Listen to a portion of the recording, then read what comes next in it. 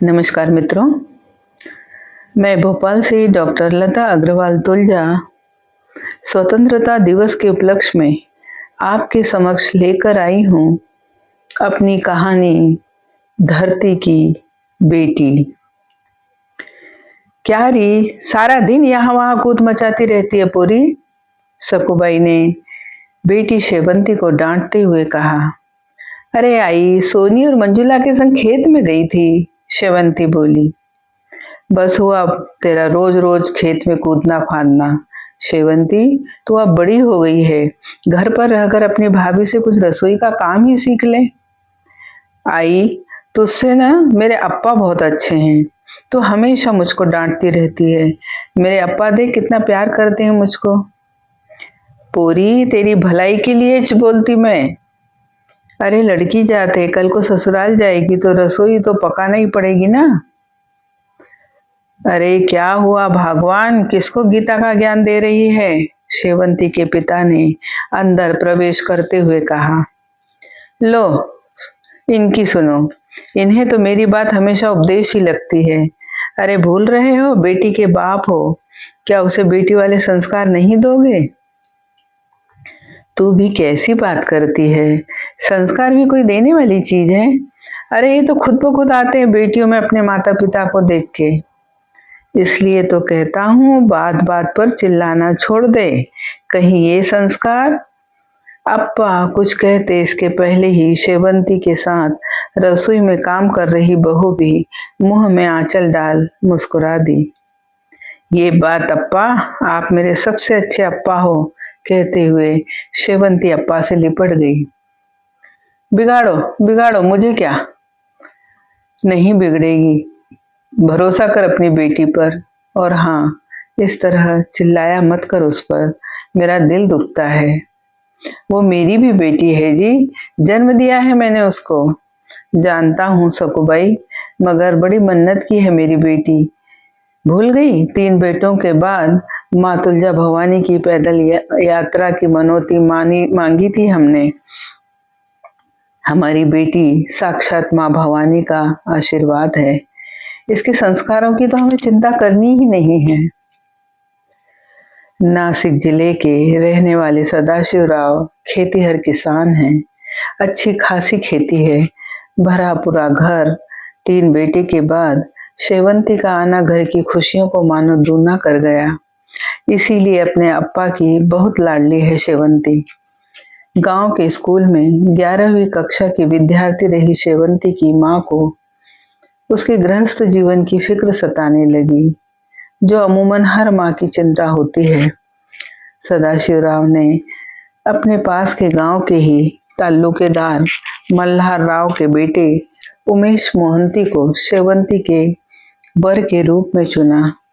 उमेश फौज में सैनिक है, अच्छा समृद्ध घर, खुशहाल परिवार, उस पर पत्नी को भरपूर प्यार देने वाला उमेश बेटी की गृहस्थी की गाड़ी को सुखपूर्वक चलते देख सबसे अधिक खुश थे शेवंती के अप्पा। पास में ही बेटी का ससुराल खोजा ताकि उसकी खोज खबर मिलती रहे। एक फौजी के जीवन का अपना सिस्टम होता है। शादी के लिए 20 दिन की छुट्टी स्वीकृत हुई। वह 20 दिन ऐसे फुर्र हुए जैसे नूरजहां के हाथ से सफेद कबूतर। उमेश जल्द ही आने का वादा करके वापस अपनी नौकरी पर चला गया, किंतु सीमा पर चल रहे हालातों ने उमेश को इजाजत नहीं दी कि शेवंती के साथ और वक्त गुजारे। इन्हीं 20 दिनों के सहवास से शेवंती गर्भवती हुई। दोनों परिवार में उसका बहुत लाड़चाव हुआ। गोद भराई की रस्म बड़े धूमधाम से हुई, मगर इस उत्सव में उमेश न आ सका। जब कभी शेवंती कहती, आहो आपकी बहुत याद आती है, कब आओगे? शेवंती, जितनी जल्दी होगा आऊंगा। मैं खुद चाहता हूँ कि अपने बच्चे के जन्म पर वहां उपस्थित रहूं। उसकी आंख खुले तो हम दोनों को एक साथ देखे, मैं उसकी पहली आवाज सुनूं। तो फिर आ जाइए ना, देखिए अब तो 9 माह की गोद भी भर गई। डॉक्टर कहते हैं किसी भी वक्त बच्चा हो सकता है। मैंने बॉस को अर्जी दी है शेवंती, जैसे ही छुट्टी होती है मैं उड़कर तुम्हारे पास पहुंचूंगा। प्रथम प्रसव मैके में होता है। इस नियम के तहत अप्पा अपनी लाडली को अपने घर ले जाने आए। अभी 3 दिन ही बीते थे कि रात 12:30 बजे सकुबाई ने पति को उठाया। सुनिए, हमें शेवंती को लेकर अस्पताल जाना होगा। उसको दर्द शुरू हो गया है। हमें अस्पताल चलना है। अप्पा ने झट अपनी लकड़ी की पेटी से पैसे निकाले, पड़ोस में रहने वाली अक्का को साथ लिया, शेवंती को अस्पताल में एडमिट कर दिया। डॉक्टर और नर्स कमरे में थी। बाहर अप्पा बेचैनी से चहलकदमी कर रहे थे। कभी लेबर रूम तक जाते, फिर खिड़की के पास खड़े हो उनके हाथ मानो प्रार्थना की मुद्रा में जुड़ जाते। पत्नी उनकी बेचैनी को समझ रही थी। बोली, आहो, आपके इस तरह घूमने से भला क्या बच्चा जल्दी होगा? आप एक जगह बैठ क्यों नहीं जाते? अप्पा की आंखों के आगे शेवंती के ब्याह से लेकर आज तक के सारे चित्र एक एक कर आ रहे थे। अपने जिगर के टुकड़े को उमेश को सौंप दिया। सैनिक है दामाद, सो उसके अपने कर्तव्य हैं। मगर अप्पा ने बेटी के प्रति अपना कर्तव्य खूब निभाया। आज उनकी वही छुटकी सी शेवंती माँ बनने जा रही है। उसकी माँ बनते ही उनका भी तो प्रमोशन हो जाना है। उनकी सोच की दिशाएं यहाँ वहां विचर रही थी। पहले नर्स कमरे से बाहर आई, पीछे पीछे डॉक्टर भी। वे झट दौड़ पड़े। काय झालाय हो डॉक्टर साहेब? माझी लेकरू कसं है वह? क्या हुआ डॉक्टर साहब, मेरी बेटी कैसी है? तभी अक्का भी दौड़ी दौड़ी आई। डॉक्टर, मुलगा की मुलगी? डॉक्टर, बेटा है या बेटी? अहो, मुलगा झालाय तुमची पोरला आणि दोघही स्वस्थ आहे। बेटा हुआ है आपकी बेटी को और दोनों ही स्वस्थ हैं, डॉक्टर ने खुश होते हुए कहा। खूब खूब आभार डॉक्टर साहेब, खूब खूब आभार। अप्पा हाथ जोड़कर विनम्र भाव से बोले। आम्ही बघू शकत काय लेकरूला? हम देख सकते हैं क्या बच्चे को? अभी नहीं, थोड़ी देर में बच्चे और उसकी माँ को लेबर रूम से दूसरे कमरे में शिफ्ट किया जाएगा, तब देखना। अप्पा ने पहला फोन दामाद को लगाया। आहो, तुमचा प्रमोशन झालंय, तुम्ही सुद्धा अप्पा झालंय हो, लेकरू आलंय। सुनो, तुम्हारा प्रमोशन हुआ है, तुम भी पापा बन गए हो, बेटा हुआ है। सच? उमेश ने खुश होते हुए कहा। मैं अभी अपनी छुट्टी के बारे में बात करता हूँ, जितनी जल्दी हो निकलता हूँ। सदाशिव की खुशी न संभाली संभलती। फिर समधी को फोन लगाया। समधी जी, बधाई हो, आपकी मूछ पकड़ने वाला आ गया है। सच? अब आप तो मूछ रखते नहीं, फिर भी आपको भी बधाई। हम अभी निकलते हैं। तब तक शेवंती को कमरे में शिफ्ट कर दिया था। सबसे पहले अप्पा ने बच्चे को गोद में लिया और बच्चों की तरह उससे तोतली जुबान में बोलने लगे, मानो बच्चा अभी उनसे बोलेगा। अले अले मेरा छोटा फौजी, बस तेरे अप्पा आ रहे होंगे। बच्चे की खबर सुनकर घर से शेवंती के भाई भी दौड़े दौड़े चले आए। अरे बच्चों, तो मामा बन गए, शेवंती को बेटा हुआ है। वे भावुक हो अपने बेटों से बोले। आई, इसके पापा को फोन किया? शेवंती ने माँ से पूछा। इतनी देर? तेरे अप्पा को तसल्ली है क्या? सबको फोन कर दिया उन्होंने। दामाद जी बोले हैं जैसे ही छुट्टी मिलती है वे निकलते हैं। तेरे सास ससुर भी अभी आते ही होंगे। अरे, समधी आने वाले हैं और मैं मिठाई अब तक नहीं लाया। मैं भी ना, अप्पा को समझ नहीं आ रहा था क्या करे क्या न करे। वे झट बाजार की तरफ निकल गए। लगभग आधे घंटे बाद वे बाजार से लौटे तो उनके दोनों हाथों में मिठाई के डब्बे थे, एक थैली में बच्चे के लिए खिलौने भी। किंतु अस्पताल के दरवाजे पर तीनों बेटे मुंह लटकाए खड़े थे। अरे बच्चों, तुम मामा बन गए हो, ऐसे मुंह लटकाए क्यों खड़े हो? देखा शेवंती के बच्चे को? अप्पा, बहुत बुरी खबर है, बेटा बोला। बहुत बुरी खबर? क्या हुआ? वो जीजू, अपनी शेवंती के पति, गोली लगने से शहीद हो गए। अप्पा को लगा मानो किसी ने उनके कान में उबलता हुआ तेल डाल दिया। कौन बुला रहे तुमको ये फालतू बात? अप्पा झुंझलाते हुए बोले, अप्पा, शेवंती के ससुराल से फोन आया है। आपसे खुशखबरी सुनकर वे यहाँ आने की तैयारी कर रहे थे कि सेना से फोन आया। अप्पा, वहाँ बहुत हड़कंप मचा है। अप्पा के हाथों से मिठाई के पैकेट खुलकर सड़क पर फैल गए। खिलौने बेजान से नीचे पड़े थे। इतनी मनहूस खबर सुन अप्पा भी तो निर्जीव ही हो गए थे। उनकी आंखों के आगे अंधेरा छा गया। वे चक्कर खाकर गिरने ही वाले थे कि बेटों ने संभाल लिया। हे देवा, ये मेरे किस कर्म का फल दिया आपने? ऐसे कैसे? सुबह 7 बजे ही तो मेरी उनसे बात हुई थी। अप्पा, सारे सैनिक सुबह सुबह मैदान में परेड कर रहे थे कि दुश्मनों ने वहां अटैक कर दिया। 20 से 25 सैनिक मारे गए हैं। क्या शेवंती को पता है? अप्पा ने रोते हुए पूछा। नहीं अप्पा, हम तो अंदर गए ही नहीं, हिम्मत ही नहीं हो रही। आपका ही इंतजार करते खड़े हैं। बेटा, सबसे पहले किसी तरह शेवंती के कमरे से टीवी का तार निकाल दो। उसे कोई भी मोबाइल मत देना, वरना उसके दिमाग पर असर हो जाएगा। अभी वो बहुत कमजोर है। कुछ ही घंटे तो हुए हैं मेरी बेटी प्रसव पीड़ा से गुजरी है, और ईश्वर ने ये, हे ईश्वर, कैसा न्याय!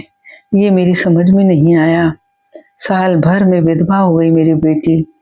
अप्पा अपने हाथों ही अपने सिर पर थप्पड़ मार रहे थे। तभी अक्का उन्हें देखकर बाहर आई। आ गए भैया, ले आए मिठाई। मेरी बेटी को कुछ मत कहना अक्का, कहते हुए अप्पा अक्का के पैरों में गिर पड़े। अरे मगर क्या हुआ? क्या हो रहा है ये सब? क्या ना बताऊं शेवंती को? और ये मिठाई और खिलौने इस तरह जमीन पर कैसे पड़े हैं? अक्का, हमारा दामाद शेवंती का पति शहीद हो गया अक्का। अप्पा जमीन पर बैठ रोने लगे। हाय राम, ये कैसी मनहूस खबर सुना रहे हो भाई?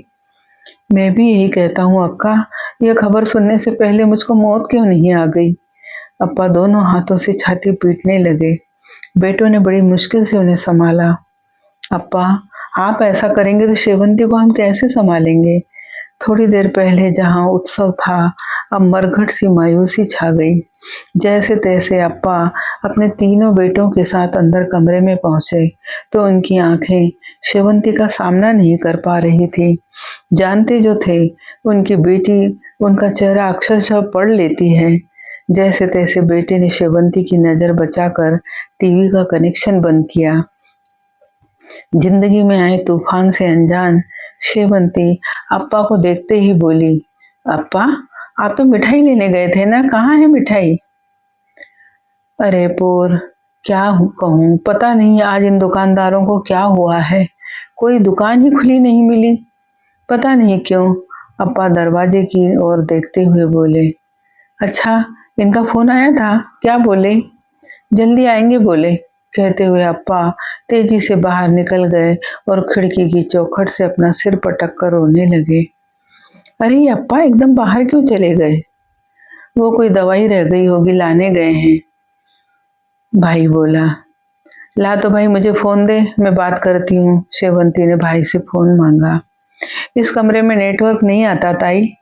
घर में भाभी ने सभी के लिए खाना भेजा, मगर सिवाय शेवंती के किसी ने खाना नहीं खाया। भोली शेवंती जीवन से मिली इस खुशी का जश्न मनाने में मशरूफ थी। उसका मासूम मन भविष्य की इस दुर्घटना को पढ़ ही नहीं पाया। शाम को फिर भाई खाना लेकर आया। अप्पा को एक तरफ ले जाकर बोला, अप्पा, मैं होकर आया हूँ ताई की ससुराल। आज से ठीक 5वें दिन सेना के लोग जीजू का पार्थिव लेकर आने वाले हैं। तब तक दीदी को बताना क्या उचित होगा? नहीं रे पोर, बिल्कुल नहीं। नाजों से पली मेरी बेटी मर जाएगी। हमें उसे संभालना होगा। अप्पा बेटी को एक पल अकेला नहीं छोड़ते। खुद में हिम्मत नहीं थी बेटी का सामना करने की, सो थोड़ी थोड़ी देर में जाकर बेटी को देख आते। वो 4 दिन 4 युग की तरह बीते इस परिवार पर। बेटी से भले ही घटना छिपा ली, मगर उस घटना ने भीतर ही भीतर कितना तोड़ा है उन्हें, वे ही जानते हैं। 5वां दिन उगते ही जीप अस्पताल के दरवाजे पर आकर खड़ी थी। शेवंती को पेट भर नाश्ता करा दिया। जानते जो थे अब बच्ची जाने कब सुख के निवाले खा पाएगी। अप्पा बोले, चल पोर, तुझे तेरे घर जाना है। इतनी जल्दी? अप्पा, क्या इतनी जल्दी भेज दोगे मुझे अपने घर? पोर, तेरे ससुराल वालों का कहना है कि बच्चे का 5वां उनके घर ही होगा। हम इस रीत को पूरा करके शाम को वापस आ जाएंगे। अच्छा, ऐसा कोई रिवाज है? किसी ने बताया नहीं मुझे। जीप में बैठते ही शेवंती बोली। माँ ने उसकी बात को अनसुना व अनदेखा करते हुए कहा, पोरी, बच्चे को पेट भर दूध पिला दे। पता नहीं वहां समय मिले न मिले। आधे घंटे में जीप शेवंती के गांव तक पहुंच गई थी। अप्पा ने बेटी का ध्यान करते हुए जीप को पर्दे से पैक कर दिया था, मगर आगे ड्राइवर के लिए तो कांच खुले ही रखने थे। अप्पा, ये आज गांव में इतनी चहल पहल क्यों है? और ये इतनी बड़ी बड़ी गाड़ियां, सेना की गाड़ी भी खड़ी है, ये लाल बत्ती की गाड़ी भी है। लगता है बड़े बड़े अफसर आए हैं आज गांव में। कुछ तो खास है। अप्पा कुछ नहीं बोले, चुपचाप बैठे रहे। अरे, वहां कहाँ ले जा रहे हो ड्राइवर? अप्पा, उधर तो स्कूल है, सीधे घर ले चलो ना गाड़ी। अप्पा फिर भी खामोश थे।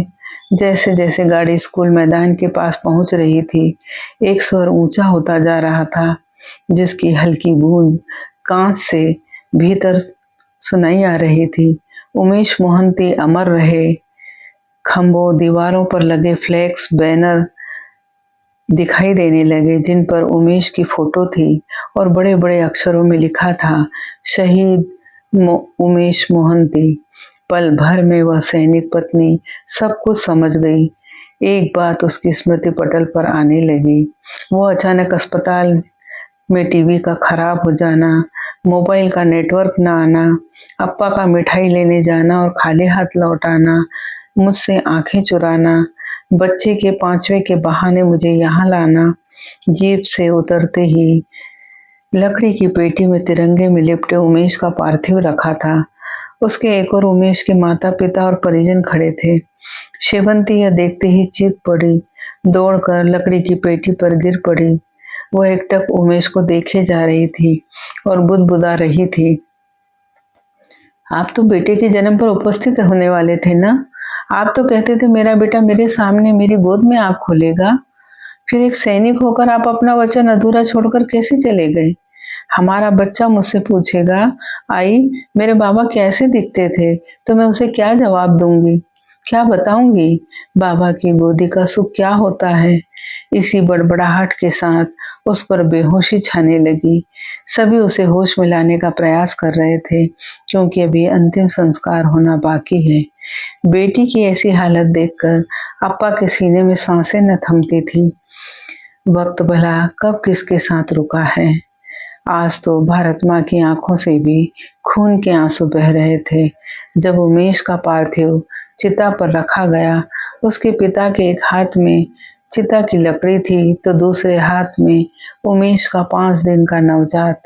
चिता को नवजात के हाथों अग्नि देने का संस्कार पूर्ण हुआ। वह शिशु अभी इस धरती पर आया ही था कि विधाता ने उसे जन्म और मृत्यु के फंदे में जकड़ लिया। वह नहीं जानता जन्म का उत्सव और मृत्यु का शोक। एक शहीद की चिता धू धू कर जल रही थी। 2 माँओं की कोख उजड़ गई। एक सुहागन का सिंदूर शत्रु की भेंट चढ़ गया।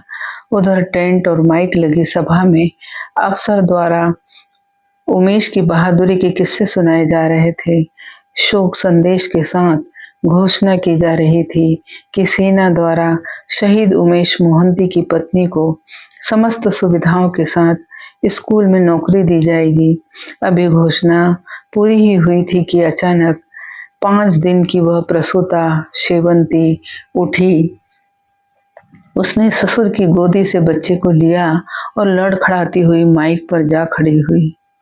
अप्पा हतप्रभ थे। अचानक शेवंती को क्या हुआ जो वह माइक के सामने जा खड़ी हुई? इस बच्चे को अभी कुछ दिन अपने उदरपूर्ति के लिए मेरी जरूरत है। फिर मैं अपने पति के अधूरे सपनों को पूरा करने सेना में भर्ती होना चाहती हूँ। जो दुश्मन मेरे पति से बच गए, उनसे अब मेरा सामना होगा। पूरी सभा में कुछ देर सन्नाटा रहा, फिर तालियां गूंज उठी। दूर खड़े अप्पा का हाथ अपने सिर की ओर गया। एक पिता एवं गांव वाले अपनी बेटी के सम्मान में सैल्यूट की मुद्रा में खड़े थे। जय भारत।